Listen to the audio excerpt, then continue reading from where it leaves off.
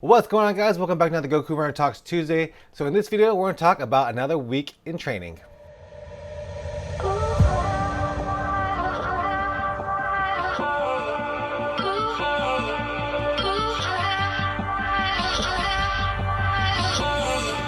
Alright guys, so you guys know I'm doing 6 weeks to an ultra marathon. I've now just completed my 3rd week of training, and it had some stuff that kind of went good and kind of went bad. So let's go ahead and talk about that. So last week I got about 41 miles. I was supposed to get close to 50. I was supposed to get about 48, 49 miles, but I just wasn't able to do it. I started off the week, on track doing my runs. Around Wednesday is when I started to have a little bit of pain in my ankles, just around my ankles, just some tightness, almost shin splints kind of thing going on. I probably should roll it out a lot more than what I've been doing because I haven't been taking my recovery too serious. I do have a lot of recovery stuff. You guys know that. I review massage gun, leg compression gear, all this type of stuff. So I definitely have no excuse to not be recovering the way I should be. But I also think because I have been gaining a little bit of weight, that whenever I get above 240, I feel that it puts a lot more stress on my ankles and my lower legs. So that's why I think I'm feeling I just need to try to drop a little bit of weight, so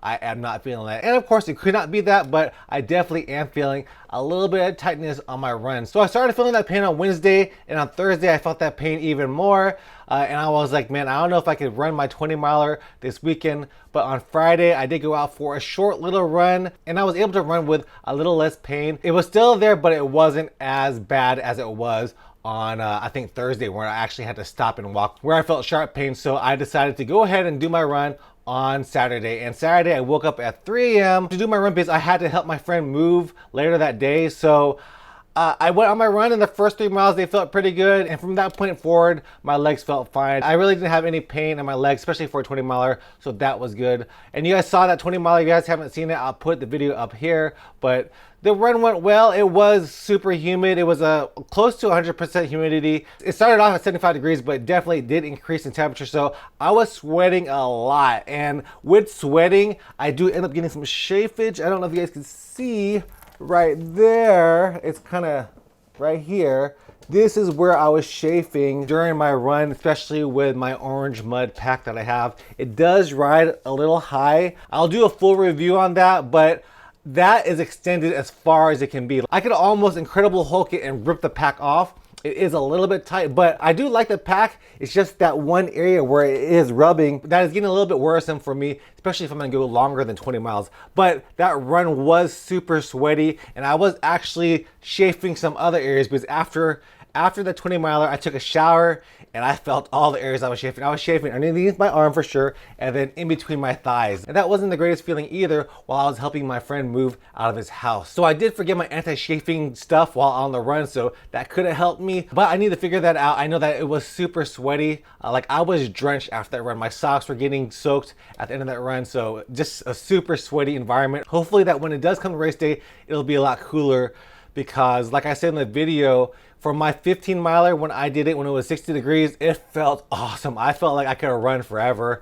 And this 20 miler it was just a slog where I just had low energy and just wasn't really feeling that run at all. But I did get through it, so that does help me mentally to know that I can get through a 50K with no problem. So yeah, those are the big 2 things that happened last week for my training. I ran my 20 miler, it went okay. And then also I'm having a little bit of ankle pain right now, and hopefully that will go away as well, as long as I can foam roll and massage it out and do everything else that I have to try to help take that pain away from me, so I'm not dealing with that during my run. And then one last thing about training last week, I was supposed to run an 8 miler on Sunday. This is my own training plan, so this is not something that someone made up for me. This is my own training plan. And in my thinking when I was making the training plan is that after the 20 miler, I should run another hard 8 miler the next day, just so I could push my body even more to that pain cave run whenever you're running an ultra. But I ended up with a migraine on Sunday, and I was super tired from helping my friend move, that I decided to take Sunday off just to recover. So I can have a strong week this week. I was supposed to run 49 miles last week, but I ended up only running 41 miles, which is still a pretty good week for me. This week, what I have set up for myself is not a long run at the end. I only have a 15 miler to do, but I do have longer runs throughout the weekday. So that's something to look forward to for myself. I'm supposed to have a 5 miler on Monday, 8 miler on Tuesday, Tuesday, I think a 10 miler on Wednesday. I don't know who came up with this plan, but they're crazy, and that person is me. So that's what I have to look forward to for this week of training. Another probably high mileage week, probably 45, 50 miles. So yeah, that's gonna be fun. I hope you guys are enjoying this series. This was the ramp up. Now I'm ramping back down to get my mileage a little bit less. And then race week is in 3 weeks. So October 9th, that's when I'm racing Mission Tejas. I'm looking forward to it. I hope you guys are too. All right guys, hope you guys are enjoying this series. Leave me a comment down below. Give me a thumbs up, and I'll see you guys in the next video. Peace out.